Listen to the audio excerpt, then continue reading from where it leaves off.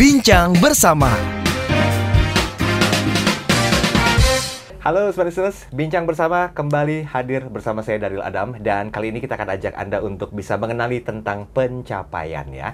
Karena banyak orang-orang yang melakukan set goal atau istilahnya goal setting. Dari tahun ke tahun itu selalu menemukan kegagalan. Ada masalah apa sih sebetulnya? Karena nggak cuma butuh tindakan sebagai sebuah langkah kecil untuk menuju ke tangga-tangga berikutnya, ada juga hal-hal yang lainnya. Untuk itu, kita akan ajak Anda untuk belajar bersama di podcast Bincang Bersama hari ini bersama dengan seorang coach, Goal Achievement Coach. Jadi spesialisasinya berhubungan masalah achievement. Sudah hadir di sebelah saya, ada Coach Ping P. Hendra. Coach Ping, apa kabar? Baik, terima Sehat, kasih. Coach? Sehat. Jauh-jauh dari Bali katanya. Iya, saya di Bali sekarang. Oh, ceritanya gimana sih kok bisa sampai ke Jakarta? Awalnya ini saya asli dari Medan. Oke, saya asli dari Medan. Terus setelah saya sekolah di luar negeri, tamat dari Amerika ke Singapura, terus balik ke Medan. Pas balik ke Medan itu saya kerja di sebuah pabrik kayu. Oke. Pas kerja di pabrik kayu itu saya melakukan hal-hal yang ya lumayan oke lah. Saya tanya bos saya, bos apa sih yang diperlukan oleh saya untuk menjadi yang lebih berhasil lah, lebih sukses gitu ya. Terus dia bilang, oke, saya mau revenue secepatnya. Oke. Saya bilang, oke, mau existing atau mau yang new? Dia bilang mau yang new. Oke, jadi saya bilang, oke. Di situ dia, saya in charge of international marketing, international sales. Di situ saya membuka gebrakan-gebrakan yang ya lumayan unik lah ya. Saya mencoba hal-hal yang aneh-aneh, sampai saya kadang-kadang jam 2 pagi itu harus bangun untuk angkat telepon tuh. Gitu ya. Angkat telepon, answering inquiries dan lain-lain. Nah, kemudian saya ngerasa kok apa yang saya lakukan sekarang kok sepertinya tidak sesuai dengan apa yang saya mau raih di kehidupan saya. Ada sedikit nggak sinkron gitu ya. Nah, di situ saya ngerasa, aduh, ini kenapa begitu ya? Saya mulailah masuk ke dunia personal development pas itu. Oh, itu masih di Medan ya? Masih di Medan. Terus? Nah, saya dapat belajar dari seperti Tony Robbins, Jack Canfield, seperti Dale Carnegie. Itu 3 menurut saya yang benar-benar, dan satu lagi Napoleon Hill. Itu 4 yang change my life, benar-benar. Saya baca bukunya dan saya ikutin. Ya, terutama di situ mereka selalu bilang, what is it that you want to achieve? What's your dream? What's your goal? Semua dari 4 buku itu, 4-4-nya tanyanya itu. Saya pikir, oh, berarti bukan harus dilakukan hanya hari ke hari, tapi kita harus menuju ke sebuah tujuan. You need to know exactly where you have to go. Kita mulai dari bagian paling ujung. Ya. Think long term ke depan. Tapi banyak orang setelah itu mereka stop. Itulah goal setting ya. Goal setting itu saya ke sini. Kemudian stop. Nah, awalnya saya juga begitu. Disitulah saya ya kurang happy sama diri sendiri. Dan kurang happy itu karena saya frustrated. Kenapa sih saya nggak capai goal saya? Kok saya katanya suruh work hard, suruh wake up early, suruh do a lot of things. I did all those, tapi kenapa kok saya nggak mencapainya? Saya baca tuh kayak ada the best sales tactics misalnya, the best marketing strategies, the best this, the best that, gitu ya, the most optimal something. Tapi kenapa selalu gagal? Untuk saya. Jadi saya ngerasa, kan ada yang kurang, gitu ya. Nah, of course itu dengan kehidupan saya yang pas itu kurang oke gitu ya. Negative spiral, itu turun negatif terus. Sampai saya mau kemana-mana itu malas. Ya, to the point sampai pas anak saya lahir dan saya gendong dia pertama kali gendong anak saya seperti kebangun gitu ya, kayak ketampar langit gitu loh. Kebangun, dia bilang, Ping, kamu harus berubah, gak boleh negatif lagi. Jadi momentum lahirnya Putra atau Putri? Putra. Putra itu merubah awal segalanya ya? Iya. Tahan sebentar Coach, di situ Coach. Saya masih mau gali lebih jauh tentang sosok pribadinya Coach. Namanya agak terdengar aneh. Sorry itu saya harus menyampaikan itu. Coach Ping P. Hendra. Ping P-nya ini apa? Sebenarnya dulu mungkin papa saya mau kreatif ya, tapi kurang ini ya, kurang bagus gitu ya. Oke. Nah, nama saya tuh sebenarnya Pingnya 2. Ping. Iya. Oh, Tapi oke. dulu pas saya di Amerika pertama kali nih, ada satu guru, dia umur kayak 70-an deh. Dia bilang gini, there must be a mistake in this name. Ini hari pertama. There must be a mistake in this name. There's 2 Ping. Gitu ya, in the name gitu. Terus saya bilang, yes, that's my name. Ping. Dia bilang, yes, Ping. Terus dia gini. dia kayak ketawa langsung tik gitu ya. Di situ saya ngerasa, waduh, ini saya kalau 4 tahun di Amerika diketawain terus gimana ya? Nah gitu, jadi kemudian setelah kelas itu selesai, saya langsung ke kantor administrasi. Saya bilang, ini nama saya bisa nggak diubah? Terus dia bilang, oh bisa, kalau di Amerika itu ada namanya middle name. Jadi kalau biasanya middle name itu cuma abbreviation gitu ya. Jadi saya taruh Pingnya jadi middle. Jadi namanya Ping P. Hendra. Nah itu stick sampai sekarang. Jadi aslinya P itu berarti Ping juga? Iya, jadi kalau nama sesuai KTP, Ping Hendra. Oh, Ping Hendra. Iya, jadi kalau dulu ketika saya sekolah di Singapura, pokoknya sampai teman yang sampai Singapura, itu mereka taunya saya Ping. Tapi yang teman dari Amerika panggilnya biasanya Ping doang.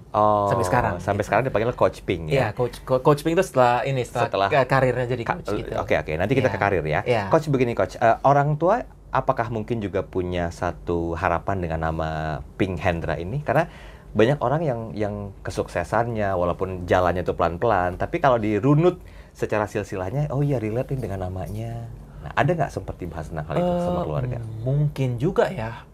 Karena merasakan nggak kira-kira Coach? Saya kurang tahu. Oke. Saya kurang tahu kalau itu. Papa saya pernah bilang itu dia ambil nama itu dari sebuah karakter. Karakter ini mungkin melakukan hal yang baik gitu ya. Mungkin itu menginspirasi beliau. Nah, terus dia ada satu kata di bahasa Mandarin itu namanya Pin Yoli. Nggak tahu artinya apa. Tapi Ping itu yang dipakai sekarang. Itu. Oke. Berarti semuanya itu sebenarnya atas restu dari orang tua juga ya memberikan nama. Coach boleh cerita sedikit nggak sih kehidupan kecilnya gimana? Kehidupan kecilnya dulu saya tinggalnya di satu tempat namanya Tanjung Morawa. Tanjung Morawa itu ya kota industri kecil banget di pelosok Medan gitu ya. Nah dulu saya jarang banget ketemu papa saya. Karena papa pagi-pagi sudah harus bangun untuk kerja, pulangnya super malam. Jadi saya ketemu beliau hanya mungkin Sabtu Minggu biasanya. Kita kalau Minggu itu sarapan bareng. Setiap Sabtu itu biasanya kumpul keluarga gitulah sama paman saya, sama itu dan lain-lain sama saudara gitu-gitu. Karena dulu di Tanjung Morawa itu rumahnya seberangan doang sih sebenarnya. Gitu, cuma rumah kita agak jauh sendiri. Gitu. Tapi satu jalan juga itu. Gitu. Kalau mama gimana? Mama lebih di rumah dan lebih take care ya sama kita gitu ya. Dan sangat disciplinary juga. Contohnya gimana? Ya kalau misalnya di kita kalau nilai rapot merah gitu ya, ujian merah di bawah 50 biasanya ya itu ya ketemu teman dekatnya ya yaitu rotan. Selalu. Kan itu kumulasi ya. Jadi biasanya kalau catur bulan 1 yang mana yang merah ya itu kena rotan kasih sayang. Rotan kasih sayang. Kalau misalnya merahnya 3 ya kena 3. Gitu. Itu kelas berapa masih ingat nggak? Sampai kelas 6 SD lah masih begitu. Setelah SMP udah nggak gitu lagi. SMA? Saya SMP kelas 1 lalu saya pindah ke Singapura. Langsung pindah ke Singapura. Melanjutkan atau gimana? Saya ke Singapura itu secondary school pas itu seperti SMP. SMP ya, secondary school SMP. SMP. Oke. Coach, kalau tadi disampaikan bahwa dari SMP langsung ke Singapura untuk secondary school, nah menemukan feel untuk menjadi seorang coach ini perjalanannya bagaimana?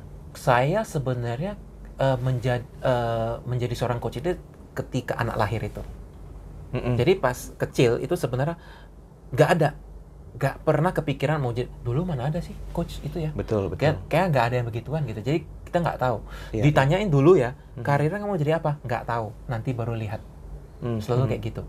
Jadi seperti mengalir aja lah dulu gitu. Ya, sampai anak saya lahir itu, pas anak saya lahir di situ saya belajar pengembangan diri ya, personal development, self development itu sangat penting. Nah di situ baru saya belajar lebih ke situ. Lebih ke coach spesialisasi achievement, pengembangan diri itu. Pengembangan diri. Gini coach, ini lepas dari apa yang saya tahu ya coach ya. Karena biasanya kan dalam sebuah kehidupan itu kan ada ciri-ciri atau tanda-tanda yang akan ngebawa kita tuh ke masa yang sekarang. Taruhlah coach memberikan banyak sekali menguasai ilmu menggali tentang achievement, tentang goal setting segala macam. Kita flashback ke zaman-zaman mungkin SMA atau kuliah. Pernah nggak coach itu diminta sama beberapa orang untuk curhat? Yang intinya tuh coach ditanya, gue begini-gini nih gimana dong, bantuin gue dong Ping, misalnya begitu. Pernah nggak begitu? Sebenarnya dulu sering ya, kayak teman curhat gitu lah. Iya. Nah, tetapi dulu saya hampir jarang memberikan komen. Dan dengar aja. Tapi sama kan dengan konsep coaching kan? Mirip. Iya kan? Kalau saya itu biasanya saya lebih ke, setelah saya dengar, saya challenge. Dulu saya nggak challenge. Dulu saya cuma dengar, oh begitu ya, oh iya. Mau dia patah hati lah, mau dia putus lah, mau dia galau misalnya, tanya gini. Saya cuma dengar aja pas itu. Mungkin itu membuat saya menjadi lumayan peka ya, listening skills-nya lumayan tinggi. Gara-gara dari kecil itu sering diajak orang untuk curhat aja. Terus banyak yang bilang, nggak tahu kenapa ya, saya kalau ngomong sama kamu tuh nyaman. Sepertinya cewek apa cowok yang ngomong? Dua-duanya. Kok kayaknya nyaman yang ngomong sama kamu tuh, saya bisa terbuka ngomongin apa aja gitu, masalah apa gitu, bisa. Kok bisa ya? Banyak orang tanya saya sampai sekarang nggak tahu jawabannya apa. Saya nggak belajar itu. Cuma mungkin saya cuma dengar tanpa memberikan solusi. Tanpa memberikan solusi yang gimana banget gitu ya, atau kurang ya, nggak kayak lu harusnya begitu, lu harusnya begini. Mungkin saya nggak kayak gitu. As a good listener doang ya. As a good listener dari dulu sih. Gitu. Dari dulu. Dan itu kan ilmu yang dipakai sampai dengan sekarang. Sampai sekarang, iya betul. Apa yang membedakan coach? Kalau seorang coach itu saya harus mendengar benar-benar mereka itu masalahnya apa, pokok permasalahannya apa. Nah dari pokok permasalahannya baru kita ketemu lagi root cause. Root cause dan pokok permasalahan itu beda ya. Pokok permasalahan itu kan it's because of one particular situation, baru ini terjadi. Tapi root cause itu pasti ada lagi. Di awalnya itu apa? Jadi dia ada 3 stage sebenarnya. Banyak orang stop di stage kedua. Tapi ada stage pertama ini tidak di dig deeper gitu ya. Akarnya tuh di mana? Root cause-nya. Nah, akarnya ini kalau kita nemu dan itu kita bukan diubah ya, tapi kita kalau ini kita ganti polanya, itu bisa nggak kira-kira? Nah, biasanya kalau kita ganti polanya, kebanyakan mereka akan berubah. Oke. Berarti kuncinya di coach-nya itu ya? Ya. Oke. Jadi, saya bisa kasih banyak idea, banyak insight, how to do things. Tetapi, implementasinya bukan saya. Oke. Yang implementasi itu adalah kliennya itu. Atau orang yang di depan saya gitu ya. Jadi seorang coach seharusnya tidak boleh bilang karena saya klien berhasil. Itu filosofi saya ya. Tidak boleh bilang karena saya klien ini berhasil, tapi enggak. Saya bilangnya saya memandu seorang klien, akhirnya klien ini bisa mendapatkan hasil yang sesuai apa yang dia mau. Ya. Itu. Oke, coach, untuk bisa melakukan satu sesi coaching ya dengan klien atau customer, setidaknya kan ada ilmu yang dipahami. Kayak mungkin harus paham tentang skill analytical thinking, seni bertanya, seperti itu. Belajarnya saat menjadi coach atau emang dari dulu tanpa disadari udah paham, tapi belum tahu aktualisasinya atau gimana? Saya sebenarnya ini pernah terjadi, saya membantu seorang teman. Ya, teman saya ini pas itu sedang galau. Dia ada 3 decisions to make. Dia bingung jalan A, jalan B, atau jalan C. Di mana 3-tiganya itu bentrok, bertentangan. Jadi dia harus pilih antara A atau B atau C. Jadi saya tanya dia, kalau A itu strength-nya gimana, weakness-nya gimana, kamunya gimana? Kamu harus lakukan apa? Kalau B gimana? Kalau C gimana? Kamu sendiri pribadi lebih suka yang mana?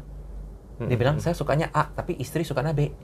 Aku bilang, kalau C ya itu ada opsi aja sih. Nah, kalau istri nggak lihat C, kamu nggak lihat C, buat apa lihat C? Dia bilang, ya juga sih. Ya udah, C kita hapus ya. Baru kita kerucutkan lagi ya ke A sama B ya. Kalau A itu gimana, B itu gimana? Nah, saya tanya-tanya terus dalam kalau nggak salah tuh di Medan ya, hampir 3 jam, 4 jam pas itu. Akhirnya nemu solusinya. Solusinya dia ke A. Oke, dan setelah dia dapat solusinya itu, dia mendapatkan hasil yang memuaskan untuk dia. Di situ ketika saya menjadi personal development dan lain-lain, setelah saya pikir, oke, jadi coach ini menarik gitu ya. Pasti ada sertifikasi lainnya nih, atau ada caranya nih. Karena saya pernah ngikut satu seminar besar ya di Singapura, namanya Unleash the Power Within. Itu dari Tony Robbins di 2019 September saya ikut. Nah, di situ ada 9.000 orang. Wow. Stadium besar sekali di Singapore Expo. Dia satu orang bisa menggiring 9.000 orang di genggaman tangannya. Dan hampir semuanya, termasuk saya, bisa nangis di situ. Super powerful loh itu. Aku rasa ini pasti ada caranya.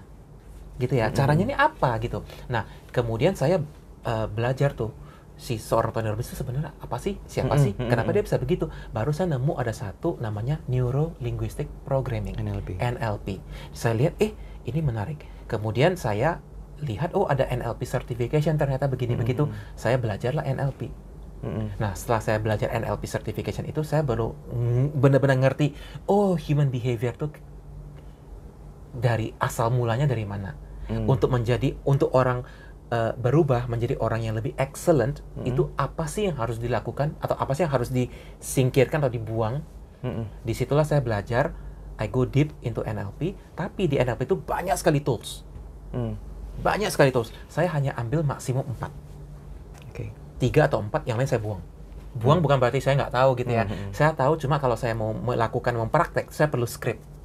Tapi 3 atau 4 yang saya kuasai ini, saya nggak perlu script, bisa langsung otodidak gitu, kira-kira gitu. Oke. Ya. Ini pencapaian tertinggi dalam kehidupan udah dirasakan belum? Pencapaian tadi masih belum. Still belum. ongoing. Berarti belum bisa dibilang sukses, atau udah sukses tapi sifatnya sementara? Menurut saya ya, the biggest achievement for me to this day itu adalah saya bisa bawa anak dan istri ke Bali. Saya kan dulu di Medan. Pindah maksudnya. Pindah. Stay. Nah, pas saya di Medan, saya quit my job yang pabrik kayu tadi. Saya quit setelah anak saya lahir. Tanggal 1 Januari 2019.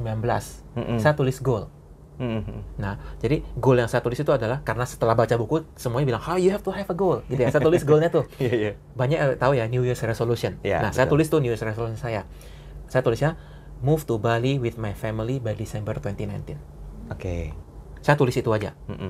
Tetapi setelah saya tulis, saya tutup bukunya, saya taruh di laci, nggak pernah aku buka lagi. Sampai seminar Tony Robbins ini. Tony Robbins ini bilang, goalnya tuh harus benar-benar di muka kamu.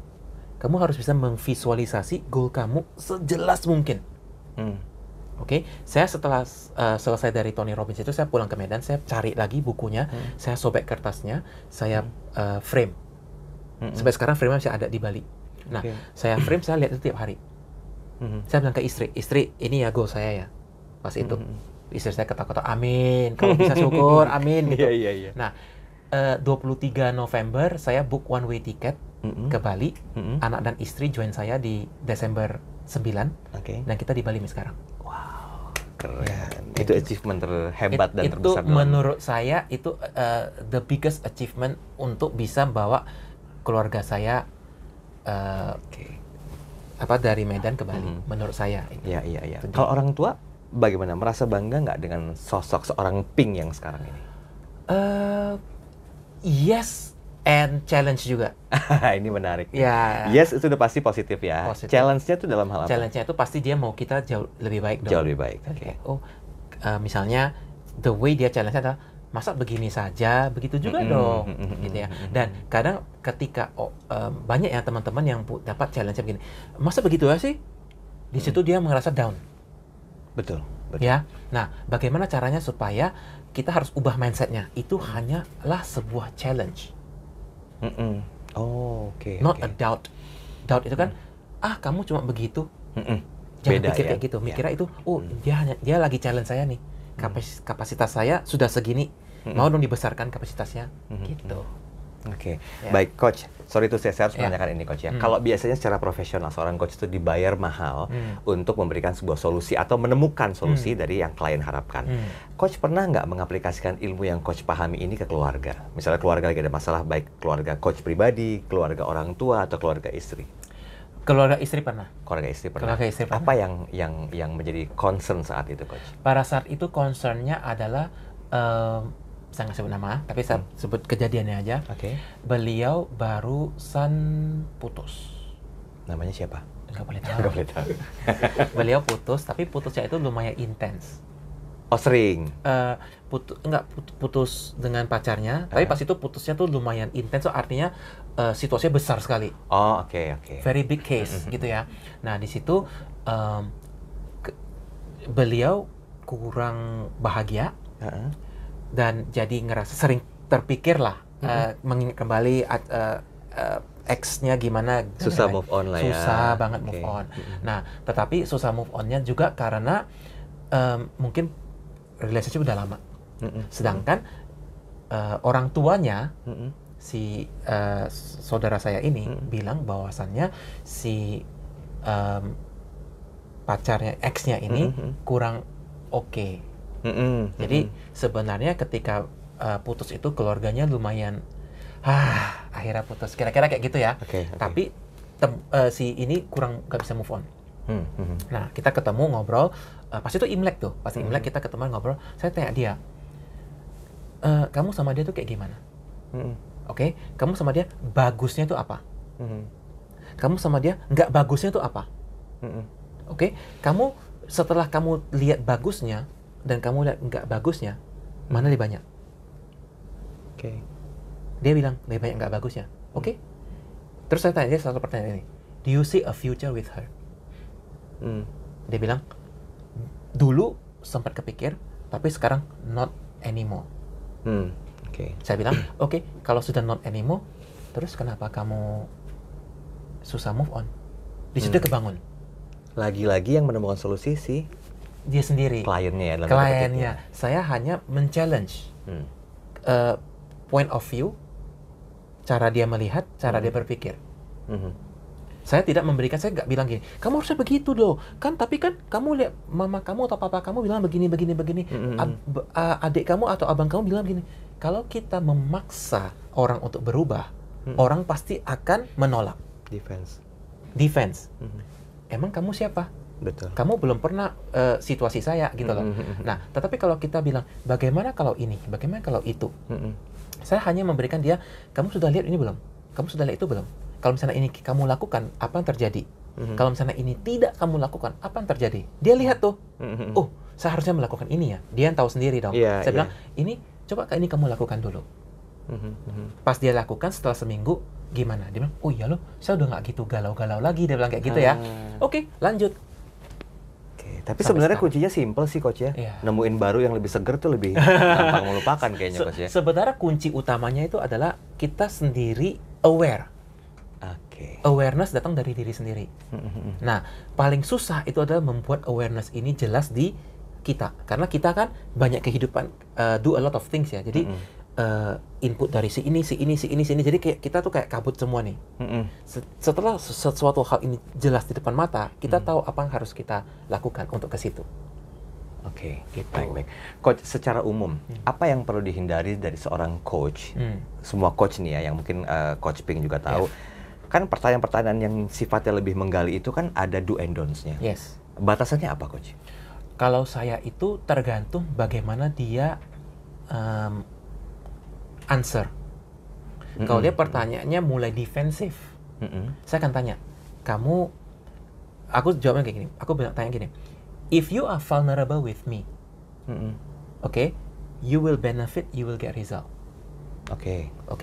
Assuming kita ke dokter, kita ke ruangan, dokter tanya, sakitnya apa? Nggak tahu dok, silahkan periksa.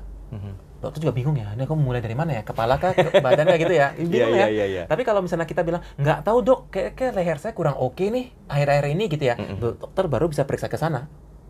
Ya, jadi saya dengan klien juga sama. What is your concern right now? Atau sekarang ini concern kamu apa sih?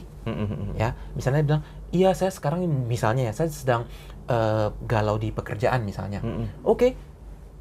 In what way? How? Karena pekerjaan itu luas ya. Nah, saya mungkin lebih ke sales misalnya. Sales itu apa? nggak susah dapat klien kah, atau klien ghosting kah, atau apa. Nah, saya kerucutkan lagi sampai dapat satu hal. Jadi sebenarnya do's and don'ts-nya itu adalah kita nggak boleh berasumsi bahwa this is what you must do. You do this, nggak bisa. Karena kalau saya bilang kamu lakukan ini ya, itu bukan datang dari dia, tapi datang dari saya. Artinya apa? Saya ambil sendok kasih makan tuh, nggak boleh. Dia harus bisa makan sendiri, harus cari sendiri, gitu ya. Jadi kalau saya sebisa mungkin saya memberikan dia arahan. Mungkin saya sudah tahu dia harusnya melakukan ini, tapi saya tetap reserve judgment. Saya coba menggiring. Akhirnya dia nemu ini. Atau bisa jadi saya yang salah. Karena saya cuma tahu sesuai konteks yang diberikan sama dia.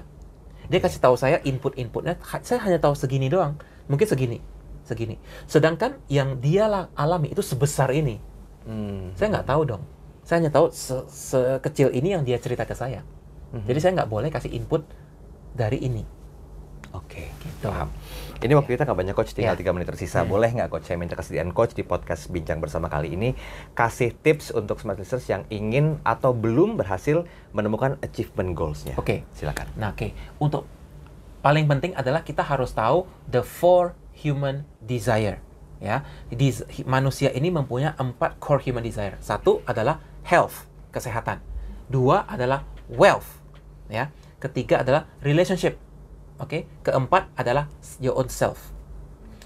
Health itu dibagi 2. Jadi physical health yaitu body kita, atau mind, otak, gitu ya.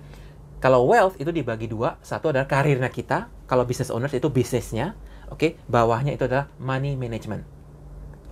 Kalau relationship itu dibagi 2 juga. 1 family. Yang kedua adalah friends, social. Kalau self itu dibagi 2 juga.